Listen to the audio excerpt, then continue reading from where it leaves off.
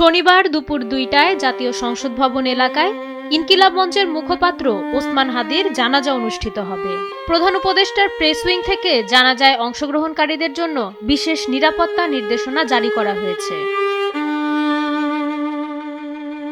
জানাজায় অংশ নিতে ইচ্ছুক ব্যক্তিদের সাথে কোনো প্রকার ব্যাগ বা ভারী বস্তু বহন না করার জন্য বিশেষভাবে অনুরোধ জানানো হয়েছে।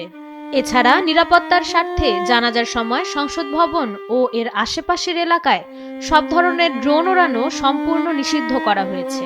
আইনশৃঙ্খলা রক্ষাকারী বাহিনীকে এই নির্দেশনা কঠোরভাবে পালন করার দায়িত্ব দেওয়া হয়েছে। ১২ ডিসেম্বর ঢাকা ৮ আসনের নির্বাচনী প্রচারণার সময় মাথায় গুলিবিদ্ধ হয়েছিলেন হাদি। এক সপ্তাহ মৃত্যুর সঙ্গে পাঞ্জা লড়ে না ফেরার দেশে পাড়ি জমিয়েছেন জুলাই বিপ্লবের এই সম্মুখ যোদ্ধা। শুক্রবার সন্ধ্যায় সিঙ্গাপুর থেকে ঢাকা এসে পৌঁছায় তার মরদেহ বহনকারী বিমান। সেখান থেকে তার মরদেহ জাতীয় হৃদরোগ ইনস্টিটিউটের হিমাগারে রাখা হয়েছে। মাইশা মালিহা, সময়ের আলো।